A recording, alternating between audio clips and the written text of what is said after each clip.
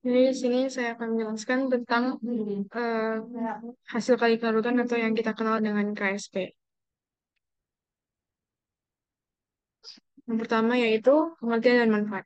Jadi arti dari KSP itu adalah hasil kali konsentrasi ion-ion dalam larutan jenuh dan tiap konsentrasi dipangkatkan dengan koefisien reaksinya. Jadi kegunaan dari kita untuk menghitung KSP ini yaitu untuk mengetahui keadaan suatu larutan, apakah dia jenuh atau tidak jenuh, serta membantu dalam memahami sejauh mana senyawa dapat larut dalam larut. Berikutnya itu kita akan pelajari cara menghitung KSP.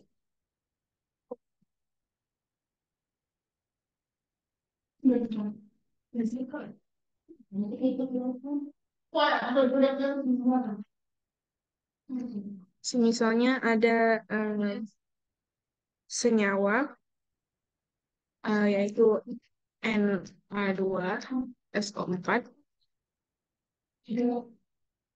Maka kalau kita buat reaksinya itu menjadi 2Na plus tambah dan SO4 2 met. Nah, di sini pasti senyawa ini kan memiliki yang dinamakan dengan molaritas. Nah, jadi kelarutan itu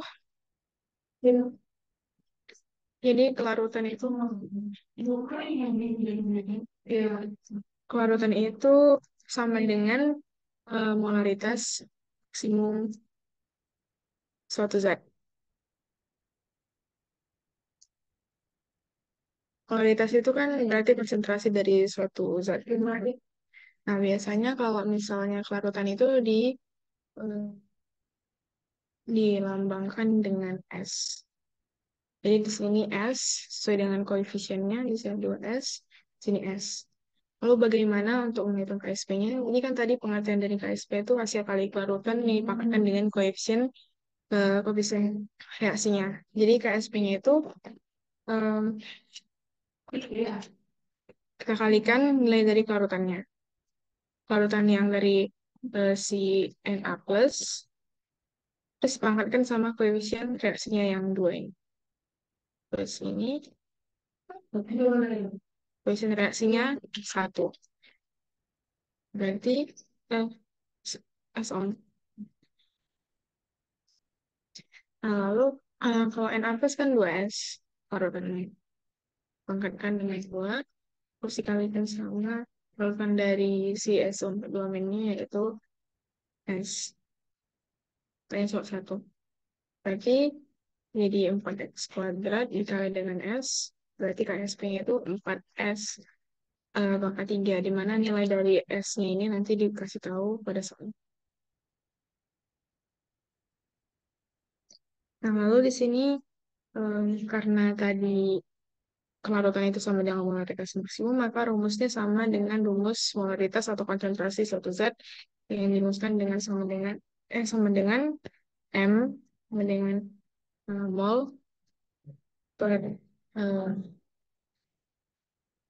mol per volume, atau rumus yang lain yang kita ketahui yaitu massa per ml dikali dengan 1000 per volume dalam mililiter. Nah, di sini ada eh, beberapa pengertian tambahan eh, terkait dengan kelarutan. Nah, jika S bernilai besar, berarti suatu senyawa itu eh, mudah larut dan sulit untuk mengendap.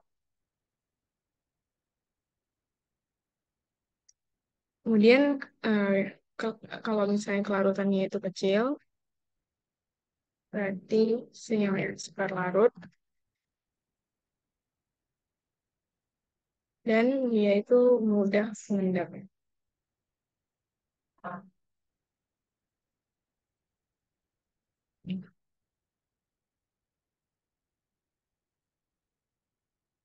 Nah, berikutnya yaitu ini kita bisa masuk ke salah satu contoh soal.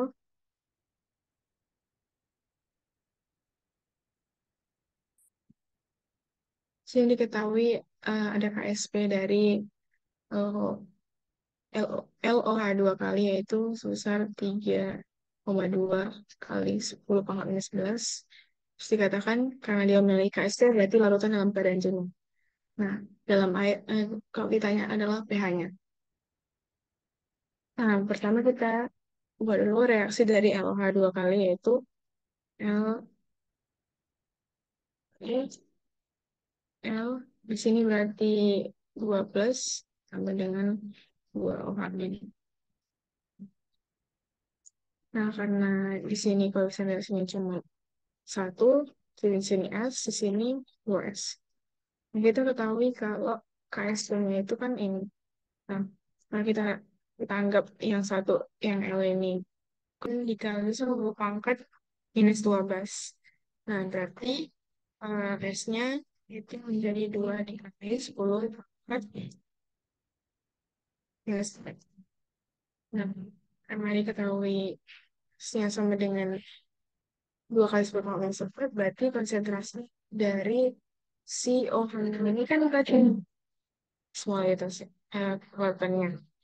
Jadi kambingnya itu menjadi 2 dikali 2 kali 10 berarti 4 ini 10 minus 4. Berarti kita peroleh pOH-nya 4 dikali.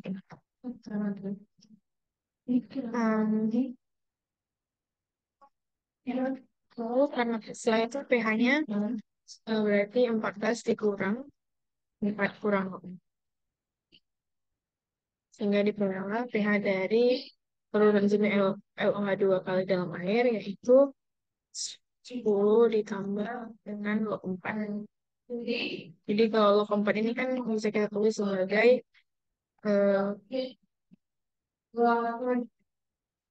dua. Nah, jawabannya yaitu yang berikutnya.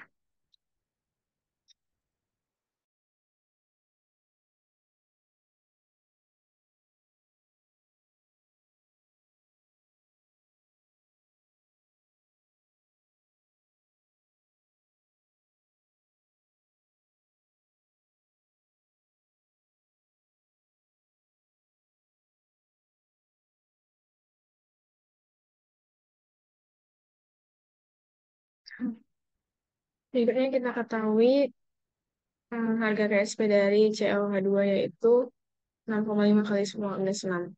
Dan masanya yang ditanya dalam 500 ml air. Jadi, pertama itu kita buat reaksi dari ClH2 yaitu Ca2 kali Ca2 plus nah, 2 OH. Nah, di sini S, di sini 2S. Jadi untuk menentukan KSP-nya itu jadi S kali 2S. Jangan lupa kalau kelasnya terus jadi 4S pangkat 3. Nah, tadi diketahui pada soal KSP-nya 6,5 kali 10 minus 6. Saya tulis saja di sini 6,5 dikali 10 minus 9. Nanti diperoleh tesnya yaitu 0,011. Lalu,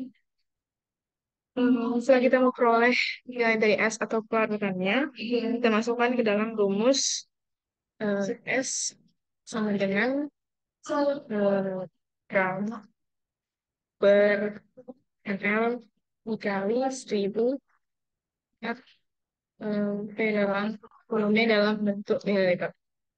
Masukkan nilai-nilai yang diketahui 0,011 sama dengan gram, kita tulis sebagai X saja.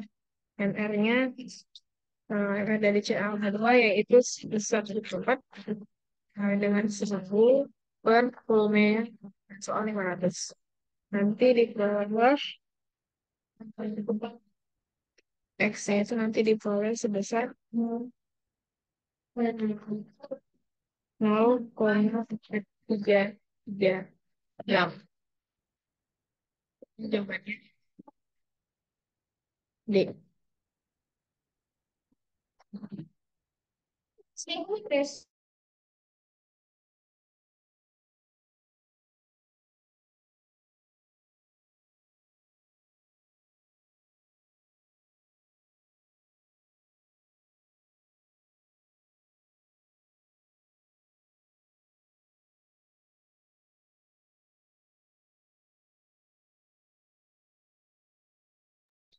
Nah, berikutnya itu ada pengaruh dari ion senyawa. Sini berarti melarutkan senyawa AXBY dalam larutan yang sudah mengandung ion AX plus atau Bg-. Nah, misalnya yaitu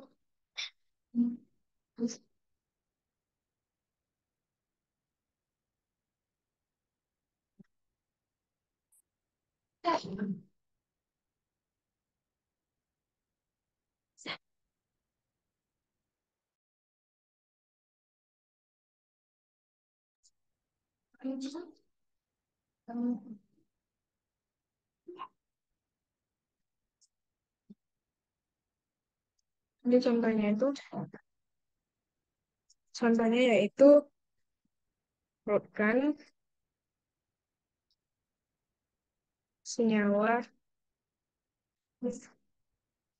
AgCl ke dalam larutan NaCl. Jadi kita dapat melihat kalau ion yang sejenis itu Cl-.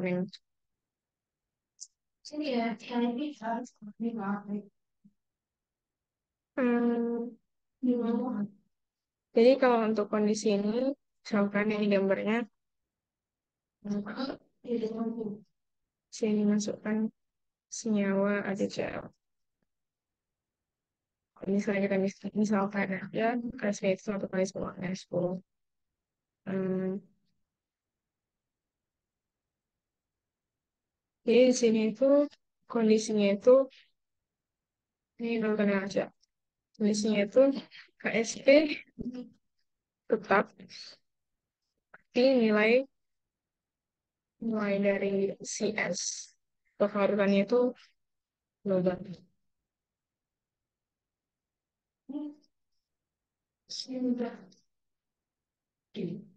Contoh soalnya itu diketahui AG harga KSP dari Ag3PO4 yaitu 2,7 × 10⁻19. Nah, kerutan Ag3PO4 dalam Na3PO4 1 molar adalah, jadi pertama kita buat dulu reaksinya dari Ag3PO4 tuh 3 Ag plus PO4 3 min, sini berarti 3S sini S. Juga kita buat reaksi dari si Na3PO4 nya tiga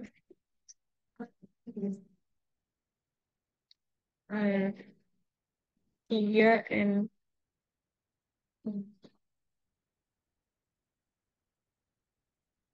3Na plus tambah PO4 3 min. Diketahui kan Na3PO4 nya itu 0,01% 1 molar. Di sini berarti 0,03 molar. Sini sama 0,01 molar. Nah, karena yang ion sejenis itu kan yang PO4 3 min ini kan.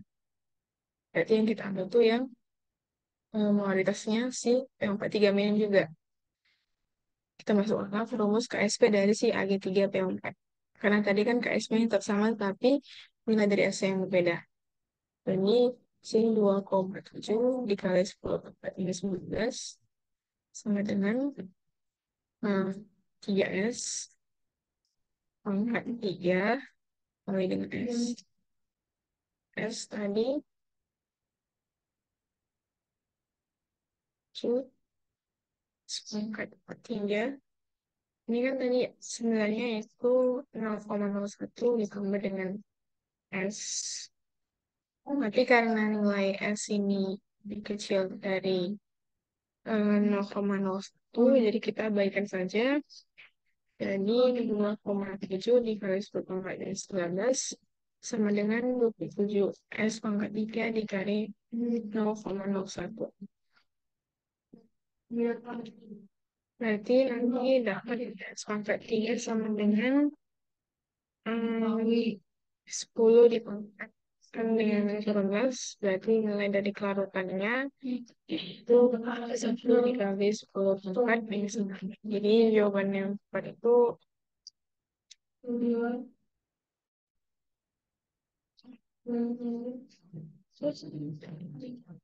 nah kemudian di sini selain kita menghitung hasil kali kelarutan, mendapatkan nilai kelarutan dan lainnya, kita juga dapat memperkirakan pengendapan. Jadi pengendapan itu merupakan suatu reaksi kimia yang terjadi pada saat zat padat terpisah dari suatu cairan. Zat yang terpisah atau tidak larut itu yang kita sebut biasanya dengan endapan. Nah, hasil kali kelarutan di sini itu disebut sebagai QSP, yaitu hasil perkalian dari konsentrasi ion-ion yang ada dalam larutan. Nah, sementara KSP tadi yang udah kita pelajari pada slide sebelumnya, yaitu tetapan hasil kali kelarutan yang merupakan hasil perkalian dari konsentrasi ion-ion yang ada dalam larutan dalam suhu yang tetap.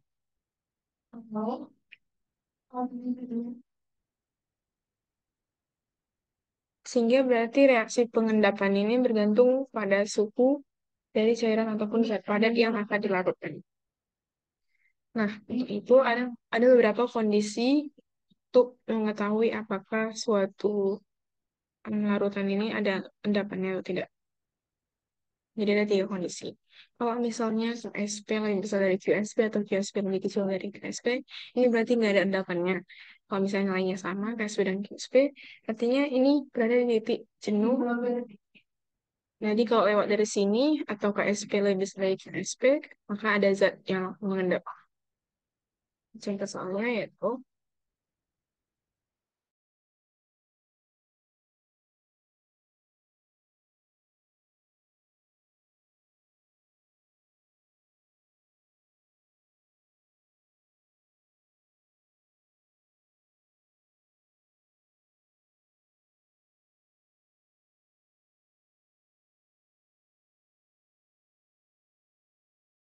soal yang pertama untuk pergerakan endapan ini kita coba senyawanya satu dulu. Hmm, kita kan diketahui kan tadi udah hmm, masing-masing dari konsentrasi ion-ionnya yaitu 2 kali 10 terus dia dicampur sama larutan NaOH juga 2 kali 10 - 4. Nah berarti kalau misalnya untuk MgOH 2 kali 2 kali kan itu Mg2 plus tambah 2. Nah, di sini berarti S, sini 2S. Nah, di sini kita belum cari QSP-nya terlebih dahulu dengan nilai dari konsentrasi ion maupun um, konsentrasi dari OH minus dari NH yang udah diketahui tadi. Nah, dari ion Mg2 plus-nya yaitu ini 2 dikali 10 pangkat minus terus OH min yang didapat dan OH ini juga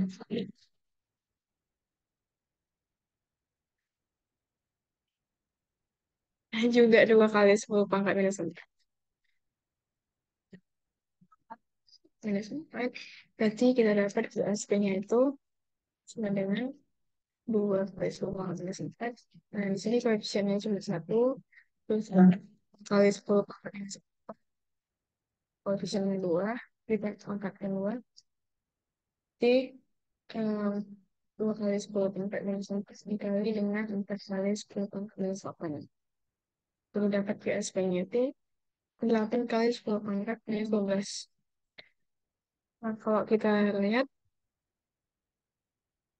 nilai dari untuk semua 5 senyawa ini, QSP-nya itu kan sama ya.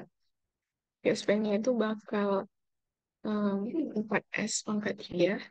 Nah, karena dia juga semuanya sama-sama dicampurkan dengan OH yang juga kualitasnya sama, terus konsentrasi dari masing-masing ion Mg2 plus, Mn2 plus, Cl2 plus, Ca2 plus, dan Z. N12-nya juga 2 kali 10 pangkat minus 4. Berarti nanti nilai dari QSP-nya itu untuk kelima senyawa akan sama. Nah, di sini kita harus melihat satu persatu mana yang mengendap. Nah, yang pertama itu kita lihat untuk si MgOH 2 kali. MgOH 2, MgOH 2 kali itu KSP-nya 7,2 kali 10 pangkat minus 11. Terus QSP-nya 8 kali 10 pangkat minus 12. Berarti di sini KSP-nya bernilai lebih besar daripada QSP, sehingga tidak mengendap. Lalu untuk senyawa yang kedua yaitu MnOH2, KSP-nya 1,6 kali 10 pangkat minus 13, sementara QSP-nya 8 kali 10 pangkat minus 12. Berarti di sini KSP-nya lebih kecil daripada QSP, sehingga ini mengendap. Lalu yang ketiga, um, COH 2 kali juga KSP-nya lebih kecil dari QSP, berarti mengendap.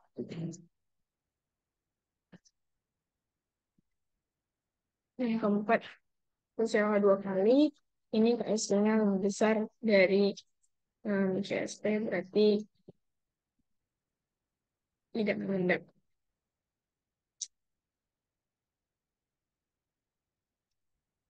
Senyawa yang terakhir, ZN 2 kali, ini juga KSP-nya KSP-nya itu lebih kecil daripada QSP-nya.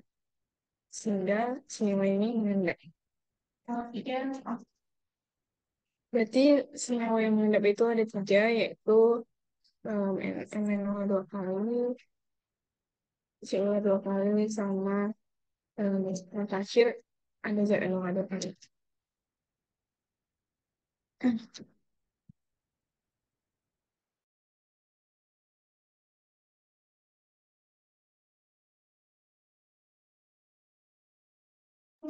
Jadi untuk soal ini yang pertama kali kita lakukan itu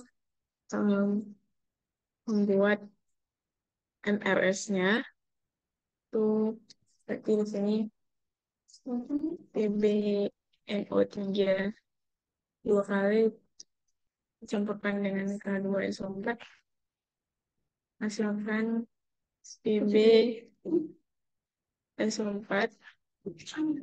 tambah KNO3. Lalu pakai kita setarakan 2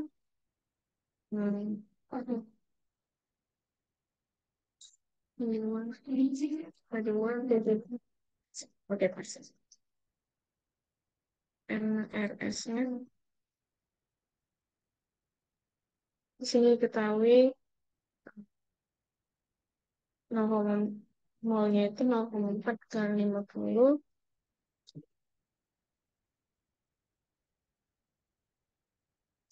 20-nya. Oke, 5. Sini juga 25. Lalu kita dapat PbSO4 25.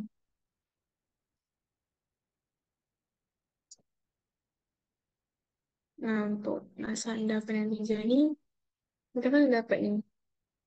Molnya itu 25, berarti kita siapkan dulu M, atau baru kelarutannya, sama dengan kelarutannya, 20/100, yaitu jumlah volumenya. Berarti di sini 0,2 mol.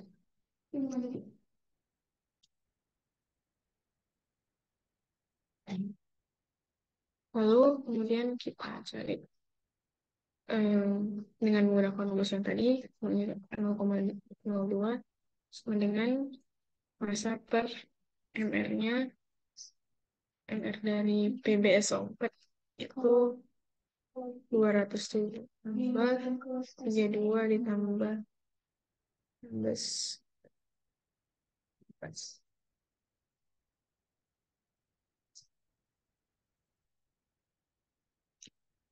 303.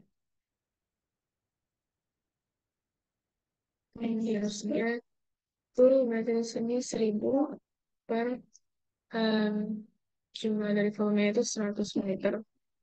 Oke. Terus misalnya itu kita dapat nanti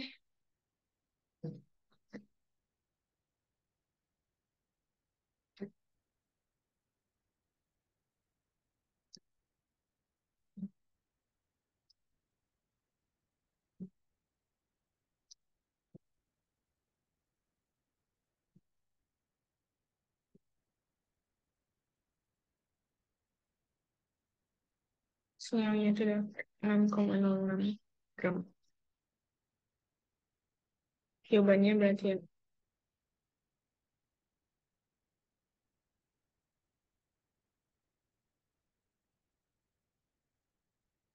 Lalu cek soal berikutnya, ketahui nilai KSPCOH2 dan MgOH2 berturut-turut adalah 6,5 kali 10 pangkat 6 dan 7,1 kali 10 pangkat 12. pH terbaik untuk memisahkan campuran ion masing-masing. Ca12 tambah G12 memiliki konsentrasi 0,1 molar adalah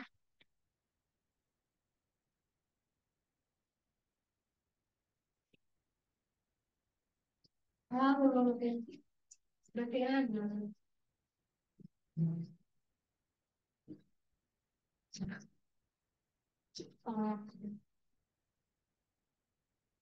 Nah, pertama-tama kita perlu mencari tahu nilai dari konsentrasi OH- untuk tiap senyawa. Yang pertama kan COH2. Nah, COH2 diketahui KSP-nya sama masing-masing konsentrasi ion dari Ca2+ dan Mg2+ juga diketahui. Yang kita substitusi aja ke rumus KSP. Yang pertama itu untuk CaOH2. Jadi untuk KSP-nya kan berarti ini S kali dari Ca2+ dikali sama konsentrasi OH-nya.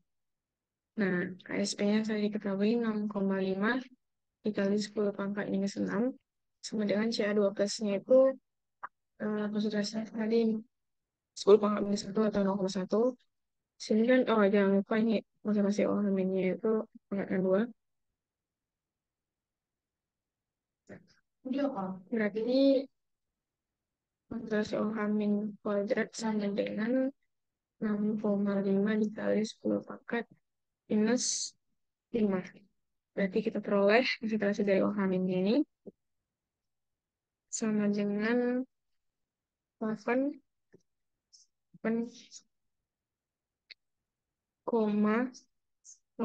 dikali 10 pangkat minus 3. Berarti pOH-nya 3 kurang log 8,06. Atau kalau kita buat pH-nya itu berarti jadi 11 tambah log 8,6. Kalau kita sering log 8,6-nya berarti di pH-nya itu 11,9. Nah, berikutnya kita cari juga untuk pH dari si MgOH2. Dengan cara yang sama, ini KSP-nya itu 7,1 kali 10 plus 12 kalikan sama konsentrasi dari Mg2+ kali 10 pangkat minus 1 baru dan juga konsentrasi OH- kuadrat. Konsentrasi dari OH- kuadrat itu berarti jadi 7,1 dikali 10 pangkat minus 11. Berarti konsentrasi dari OH- itu kita peroleh 8,46 dikali 10 pangkat minus 6. Berarti pH-nya sama dengan 6 dikurang log 8,46. pH-nya jadi dapatnya 8 tambah log 8,46. Nah, kalau kita cari nilai log 8,46 ini berarti pH-nya nanti jadi 8,93. Hmm.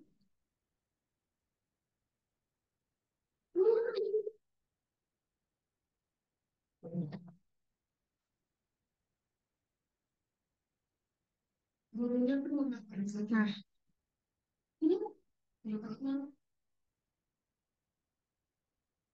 setelah kita peroleh pH dari kedua senyawa tersebut, kita harus cari pH yang tepat untuk memisahkan kedua senyawa ini. Jadi karena untuk memisahkan dari campuran dari kedua senyawa ini, maka pH yang paling tepat itu pH yang di antara pH kedua senyawa. Karena di sini kan disediakan kan pilihannya dari A sampai E. Dari antara ini semua, dari A sampai E, pilihan pH yang paling tepat itu adalah yang C. Karena ini berada di antara kedua pH CaOH2 dan MgOH2 ini. Nah, pada saat kondisi pH 11,75 ini, untuk MgOH2 sendiri, dia sudah larut. Sementara untuk si CaOH2 ini, dia itu masih baru mau jenuh. Jadi, bisa kita pisahkan. Ada yang udah larut, dan satu lagi kan belum larut. Jadi, kita tahu mana yang CaOH2 dan mana yang MgOH2. Nah, mungkin sekian pemaparan dari materi KSP atau hasil kali pelarutan sebagai tugas keterampilan dari kimia. Sekian dari saya, terima kasih.